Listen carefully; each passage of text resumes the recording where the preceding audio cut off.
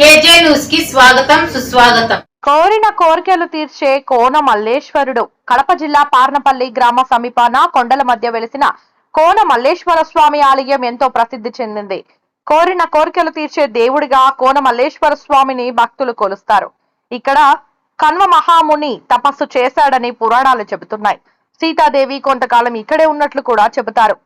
జయమేజయ చక్రవర్తి నిర్మించిన ఈ ఆలయంలో శివుడు పశ్చిమ ముఖాన వెలిశాడు. కార్తీక మాస సందర్భంగా ప్రత్యేక పూజలు నిర్వహించారు.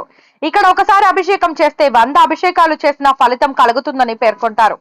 3 జిల్లాల నుంచి భక్తులు ఇక్కడ పూజలు చేస్తారు. మొత్తం 5 శివలింగాలు ఇక్కడ ప్రతిష్ఠించారు. మహానందిలో లాగా ఇక్కడ కోనేరులో నిరంతరం నీళ్లు నంది నుంచి వస్తూ ఉంటాయి. ఇక్కడ పశ్చిమ ముఖాన ఉన్న శివలింగాన్ని సందర్శిస్తే సర్వ పాపాలు సర్వ దోషాలు హరిస్తాయని భక్తుల నమ్మకం.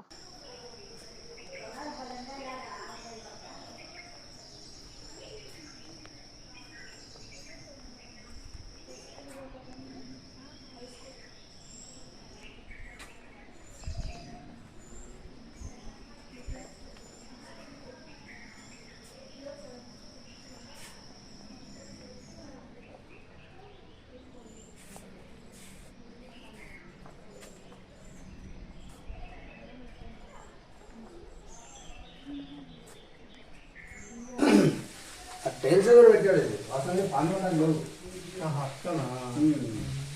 కింద పక్క బండ్లు వేస్తుంటారు కదా, సైడ్కు చుట్టూ బండ్లు వేసాను కరెక్టా. ఒక దాంట్లో చుట్టూ బండ్లు వచ్చినప్పుడు పని ఏదో ఐడియాగా పెట్టినాడు.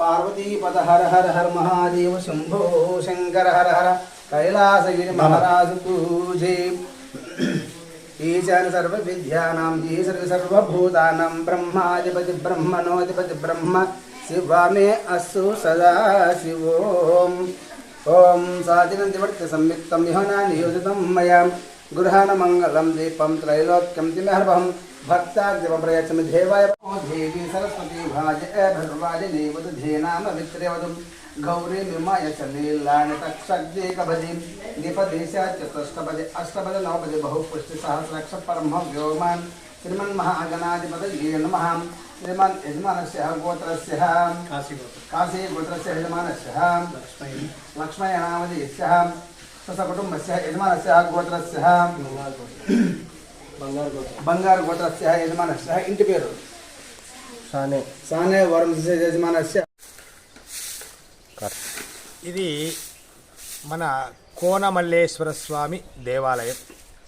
కోన అంటే ఏమి, మల్లేశ్వరుడు స్వామి ఇక్కడికి ఎలా వచ్చాడు అనే ప్రశస్తత, ఈ కోన మహిమ ఏమి అనే విషయం చెప్తాను. కోన అంటే లోయ, లోయ అంటే కోనలో ఉన్నటువంటి లోయ అంటేమి ఒక నది ప్రవాహం చేసేటువంటి దాన్ని లోయ అంటాం, అది కోన. అందున మహామునీశ్వరులు 7 మంది, కన్వ మహాముని అనే ఆశ్రమంతో కూడుకున్న ఆశ్రమము. 7 మంది ఋషులు ఇక్కడ తపస్సు చేసి బ్రహ్మసూత్రలింగాన్ని ప్రతిష్ఠింపచేశారు. ఆ బ్రహ్మసూత్రలింగము భగవంతుడు ప్రత్యక్షంగా ఇచ్చినటువంటి బ్రహ్మసూత్రలింగము. జన్మేజయ మహారాజుతో దేవాలయము నిర్మించి అయిన తర్వాత ఇక్కడ బ్రహ్మసూత్రముతో వెలసినటువంటి పశ్చిమ ముఖముతో వెలసిన అంటే పడమటి ముఖముతో దేవుణ్ణి ప్రతిష్ఠ చేసినారు. చేసిన తర్వాత అందున శనేశ్వరమ్మ కోన అనే పేరుగా కూడా పిలుస్తారు. అందున ఈ కార్తీక మాసములో ఈ చుట్టుపక్కల గ్రామములు అంటే 3 జిల్లాల నుంచి కూడా జనాలు ఇక్కడికి బాగా వచ్చి నోములు నోముకొని అభిషేకాలు పూజలు చేసుకొని వెళుతూ ఉంటారు. ఇక్కడ నిత్య అన్నదాన కార్యక్రమము జరుగుతూ ఉంటుంది. అయిన తర్వాత మహామునీశ్వరులు చేసినటువంటి పని ఏమప్పా అంటే, ఏ భక్తుడైతే ఈ కోనమల్లేశ్వర స్వామి దేవాలయమును దర్శించుకుంటారో, ఈ బ్రహ్మసూత్రాన్ని దర్శించుకుంటారో, ఒక్కసారి దర్శనము చేసుకుంటే 100 సార్లు దర్శనము చేసుకున్నంత ఫలితము వస్తుంది. ఒక్క అభిషేకము చేస్తే 100 అభిషేకాలు చేసినంత ఫలితము వస్తుంది.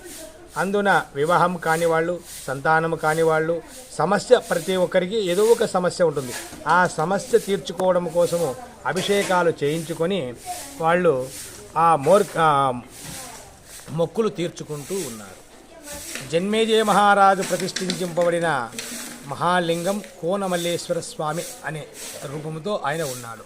వృద్ధమల్లేశ్వరుడు, కోనమల్లేశ్వరుడు, మహామల్లేశ్వరుడు, నీలమల్లేశ్వరుడు అని 5 శివలింగాలు మనకు ప్రతిష్ఠింప చేసినారు. చేసిన తర్వాత కోనేరులో నంది ఉంది. మహానందిలో ఏ విధంగా నోట్లో నీళ్లు వస్తాయో అదే ప్రకారంగా మన నందిలో కూడా, అంటే ఈ కోనమల్లేశ్వర స్వామి కోనేరులో ఉన్నటువంటి నంది నోట్లో కూడా నీళ్లు వస్తూ ఉంటాయి. వర్షాలు దండిగా పడ్డాయనుకోండి, దండి నీళ్ళు వస్తాయి. లేదంటే మామూలుగా కొద్దిగా వస్తూ ఉంటాయి. అయిన తర్వాత కార్తీక మాసమే కాకుండా మాఘమాసంలో కూడా ప్రశస్తంగా బాగా జరుగుతూనే ఉంటుంది. కార్తీక పౌర్ణమి రోజున జ్వాలాతోరణం జరుగుతుంది. అదే ప్రకారంగా మహాశివరాత్రి రోజున జ్వాలాతోరణం జరుగుతుంది.